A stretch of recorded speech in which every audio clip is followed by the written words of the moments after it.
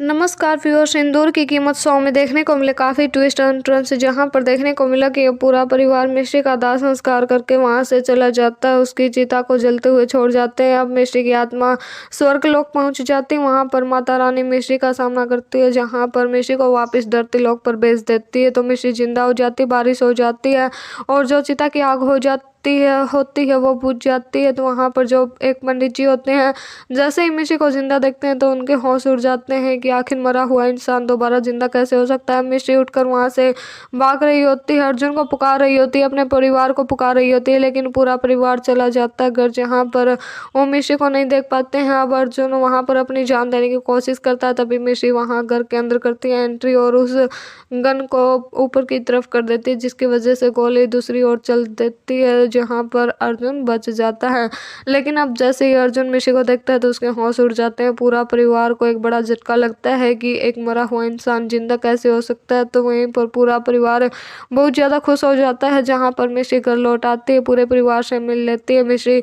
तो वहाँ पर अब जो अश्विन होता है बोल रही होती मिश्री की अश्विन कहाँ है। फिर अश्विन घर के अंदर एंट्री करता है, जैसे ही मिश्री को देखता है तो उसके भी होश उड़ जाते हैं कि उसे सच में मिश्री भाभी मिल गई है या फिर उसे वैसे ही दिखाई दे रही है। तो वहाँ पर जैसे ही वो मिश्री के पास आता है तो पूरे परिवार को बोल रहा होता है कि मुझे यहाँ पर मिश्री भाभी दिखाई दे रही है, क्या तुम सबको भी दिखाई दे रही है। तो परिवार कहने लग जाता है हाँ अश्विन, हमें भी दिखाई दे रही है। फिर मिश्री जैसे ही बोलने लगती है तो बोलने लग जाता है कि मुझे मिश्री भाभी की आवाज़ भी सुनाई दे रही है, क्या आप सबको भी सुनाई दे रही है। तो पूरा परिवार खुश होकर बोल देता है हाँ अश्विन, हमारी मिश्री वापस लौट आई है। तो फिर मिश्री को बोल देता है कि भाभी आप वादा करो कि कभी भी हमें छोड़कर नहीं जाओगी। तो वहीं पर मिश्री अपना वादा कर देती है। तो वहाँ पर अब मिश्री जैसे ही अश्विन के माथे पर तिलक और वो माला देखती है तो बोलने लग जाते हैं कि ये माला कैसी है अश्विन, ये सब क्या है। तो अश्विन बोल देता है, पहले तो थोड़ा मायूस हो जाता है, चुप चुप हो जाता है, फिर पूरी सच्चाई बता देता है कि क्या कुछ हुआ है और ये माला नहीं बल्कि वरमाला है। फिर बोल देता है कि मुझे आप सबको किसी से मिलवाना। वहाँ पर अनामिका आ जाती है, जहाँ पर वो दुल्हन बनी हुई होती है। बोल देता है कि अनामिका है मेरी पत्नी अनामिका।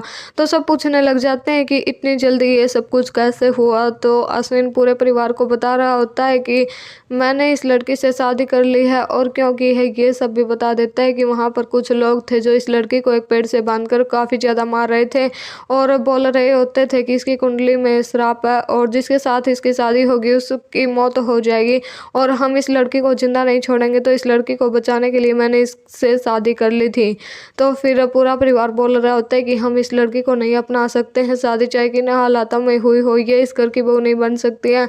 तो अनामिका बोल देती है ठीक है, अगर आप नहीं चाहते कि मैं इस घर में रहूं तो मैं इस घर से चली जाती हूँ। जैसे ही वो जाने लगती है तो मिश्री रोक लेती है, बोल देती है तुम्हारा ये घर है और अपना घर होते हुए तुम कहीं और क्यों जाओगी। तो वहाँ पर मिश्री अपने सबसे बड़े दुश्मन को पनाह देती है, जहाँ पर अब होने वाली बराबरी की टक्कर, क्योंकि अब अनामिका यानी कि प्रिया भी बन चुकी है इस घर की बहू।